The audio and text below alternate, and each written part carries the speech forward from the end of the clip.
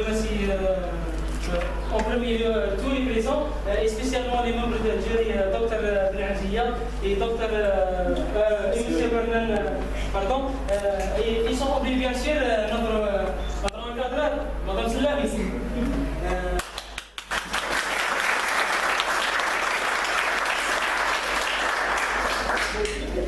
Nous sommes aujourd'hui, nous sommes ici pour présenter notre travail, notre mémoire de fin d'études, qui, sous le thème de l'impact de la surcharge du travail infirmier sur la qualité des soins. Cette étude a été réalisée bien sûr au niveau du service de médecine interne CHU de Batna. Notre travail est dirigé par Mme Slami Zakia, inspecteur pédagogique, élaboré par mon cher binôme M. Abd Younes et moi, M. Khajafas. Bon, premièrement, on va voir ensemble notre plan de travail. On a une problématique, des hypothèses, on va voir aussi la méthodologie de recherche, la présentation des données, l'analyse des données, synthèse générale, suggestion, et on termine par une conclusion. Premièrement, on va voir la problématique. La santé est notre bien précieux, le désir de tout et de la sauvegarder le plus longtemps possible. Cependant, au sein de la société actuelle, nous constatons une évolution socio-économique où l'homme revendique de plus en plus le droit à des réponses et des soins adaptés à ses besoins de santé. Dans le cadre de son rôle propre, l'infirmier a l'obligation, après avoir évalué les besoins du malade et posé un diagnostic infirmier, de prendre l'initiative de ses soins, d'organiser la mise en œuvre, d'encadrer et de contrôler les activités inhérentes aux soins infirmiers. En outre, cette responsabilité est mise en doute par la charge de travail que nous avons constaté bien dans le service de médecine interne au niveau de CHU de Batna, au cours de nos stages de formation. Nous essayons à travers ce travail de savoir et d'écrire de façon précise comment la surcharge de travail infirmier peut influer négativement la qualité et le rendement des soins. Pour cela, nous avons posé la question principale suivante. Quel est l'impact de la surcharge de travail infirmier sur la qualité et le rendement des soins au niveau du service de médecine interne CHU de Batna? Maintenant, on va voir les hypothèses. C'est l'organisation du travail et la surveillance des patients. 2. La santé et la sécurité des patients. Maintenant, on passe directement à une partie plus importante, qui est la partie pratique, bien sûr. Maintenant, on va voir la méthodologie de recherche. Premièrement, c'est la méthode utilisée. Notre étude a été réalisée à partir du 14 février à 20 avril. Elle est descriptive. Elle décrit l'impact de la surcharge du travail infirmier sur la qualité des soins. Le recueil de données vise à approfondir les pratiques professionnelles et les cas de la prise en charge des patients. La méthode analytique nous a facilité d'analyser systématiquement toutes les informations ainsi que les données rassemblées auprès des infirmiers. La méthode statistique nous a aidé à quantifier les résultats et à les présenter sous forme de tableaux. Ensuite, on va voir les instruments du travail. L'instrument utilisé pour réaliser cette enquête, c'est bien sûr le questionnaire. Notre choix, c'est porté sur cet instrument parce qu'il nous permet une approche quantitative et statistique de la question soulevée, ainsi qu'un rapport qualitatif des réponses obtenues. L'enquête est combinée de deux formes de questions, dont la majorité est constituée des questions fermées et quelques questions sont ouvertes. Le questionnaire a pour objectif d'identifier le ressenti des infirmiers face à la surcharge du travail et son impact sur la qualité des soins. Troisièmement, on va voir la population ciblée. L'univers de notre étude est constitué de 30 paramédicaux, exerçant au niveau du service de médecine interne CHU de Batna. La population ciblée est composée comme suivante. On a 12 ISP, 9 EDE et 9 aides-soignants. Maintenant, on va voir l'échantillonnage. Dans l'échantillonnage, on va voir, dans ce point, on va voir la taille de l'échantillonnage, la stratégie et les critères d'éligibilité. Premièrement, c'est la taille. 30 paramédicaux œuvrant dans le service de médecine interne CHU de Batna. La stratégie d'échantillonnage. La méthode d'échantillonnage sera aléatoire simple, donc tous les infirmiers ont la même chance d'être sélectionnés. Le tirage sera effectué au hasard à partir de la base de sondage jusqu'au nombre d'unités voulues. Les critères d'éligibilité. Accepter de participer volontairement à l'étude, être infirmier ou infirmière dans le service de médecine interne au moment de la collecte des données. Ensuite, on passe à la collecte des données. La collecte des données est réalisée comme suivant. Nous avons distribué tous les exemplaires des questionnaires. Quelqu'un a répondu directement. Par contre, d'autres n'ont pas compris le contenu du questionnaire. Donc, nous étions obligés de rester auprès d'eux.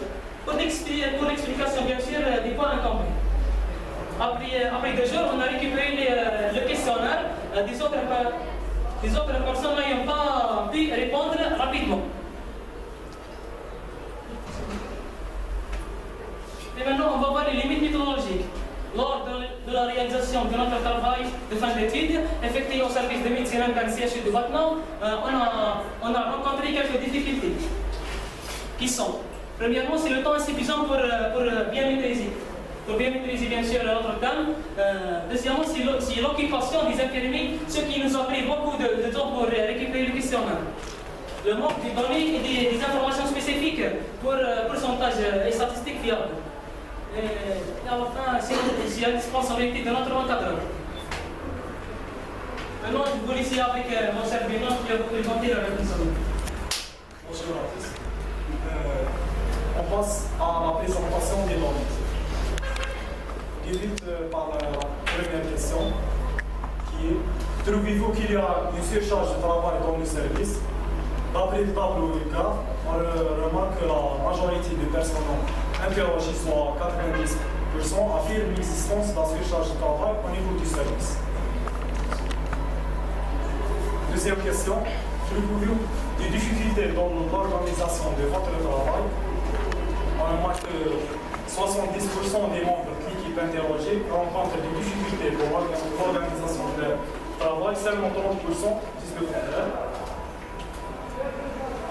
Troisième question: réalisez-vous une surveillance rigoureuse des malades? On remarque que 40% des membres de l'équipe interrogée réalisent une surveillance rigoureuse des patients. 60% ne surveillent pas les malades rigoureusement parce que le temps et le personnel est insuffisant et le nombre élevé des malades au niveau du service. Cinquième question: pensez-vous que ce cas de travail a des répercussions néfastes sur la santé et la sécurité des patients? D'après le tableau de cas, on remarque que 90% des paramédicaux interrogés trouvent que ce cas de travail entraîne des répercussions néfastes sur la santé et la sécurité des patients. Seulement 10% disent l'inverse. Sixième question: pendant cette période de surcharge de travail, est-ce que le service a commis des erreurs de médication? On voit que 30% des patients interrogés affirment l'existence des erreurs de médication à cause de surcharge de travail, ce qui met le pronostic d'état des patients en jeu. 70% disent le contraire. Septième question: trouvez-vous que les soins sont pratiqués avec asepsie? 30% des personnels interrogés disent que les normes de l'asepsie ne sont pas respectées à cause de surcharge de travail. Par contre, 70% disent l'inverse.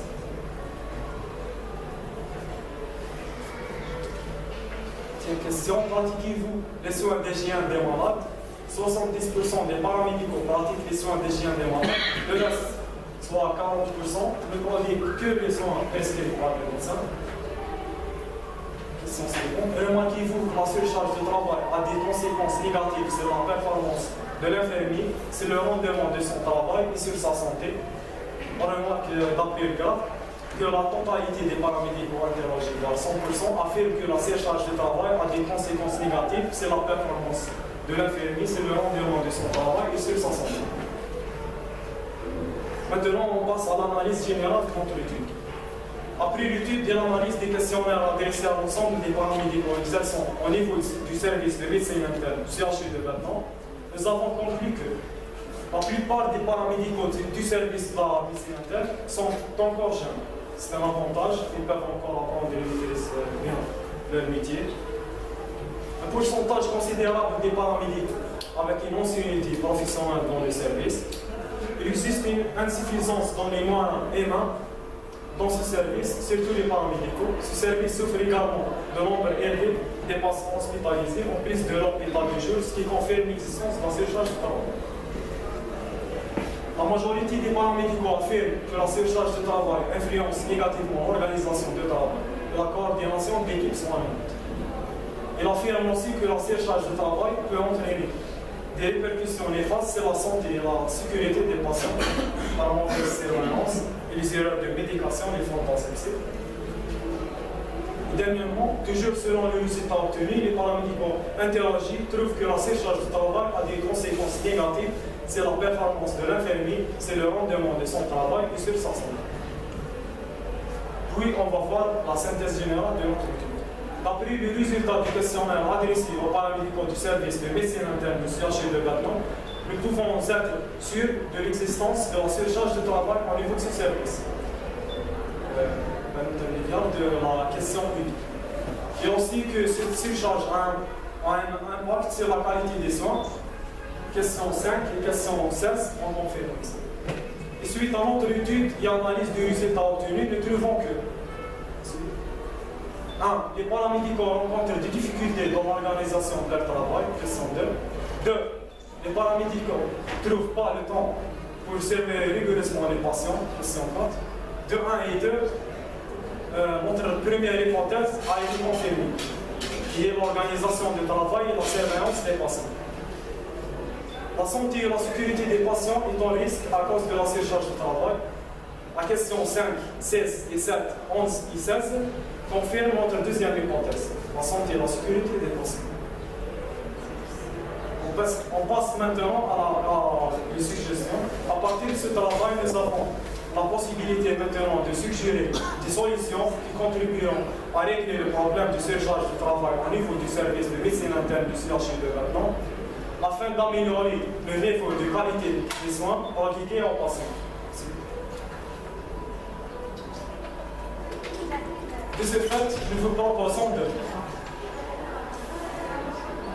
d'augmenter les ressources humaines pour diminuer la surcharge de travail, de limiter le nombre de malades selon les capacités du service, moyens humains et matériels, améliorer l'organisation du travail dans les services, équiper le service en matériel nécessaire dans le but de le mettre à la disposition du personnel afin d'accomplir les soins dans de bonnes conditions, élaborer des programmes d'enseignement et de formation adaptés à l'évolution de la conception et de la pratique des soins infirmiers, faire participer l'équipe soignante dans la visite médicale, réaliser des formations continues en vue d'obtenir des infirmiers spécialistes en cardiologie, en hématologie pour une meilleure qualité des soins, créer un environnement sain et sans difficulté pour les paramédicaux et les encourager par l'intermédiaire des prêts et des formations.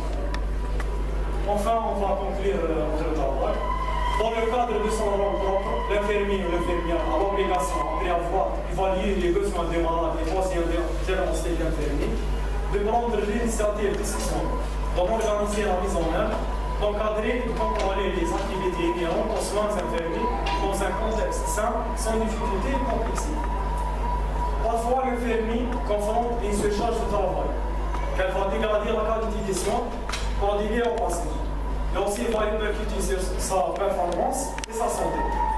Cette recherche permet d'évoquer que la surcharge de travail a des répercussions négatives sur la qualité des soins aux différents côtés que nous avons essayé de déterminer à partir de nos hypothèses.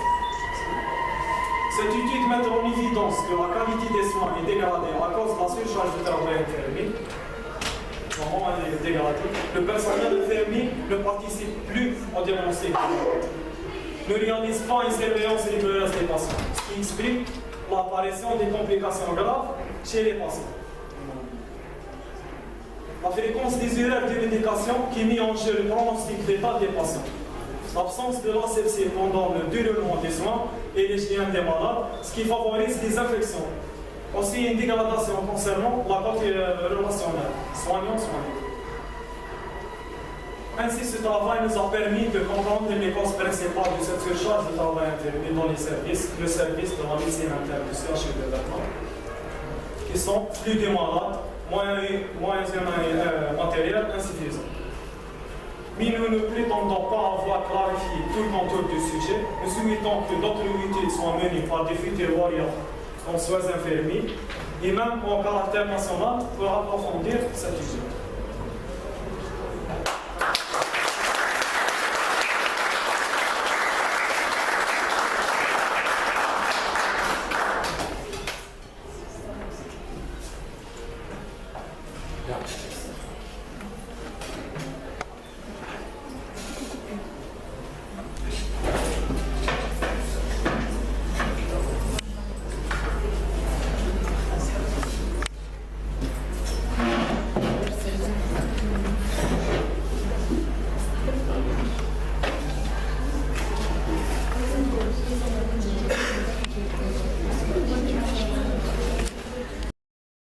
Salam alaikum, je me présente M. Qajabas, je suis étudiant en troisième année option ISP à l'Institut national de formation supérieure paramédicale de Batna. Je viens de présenter aujourd'hui, le 15 mai 2016, mon mémoire de fin d'études qui a pour thème l'impact de la surcharge de travail intermittent sur la qualité des soins.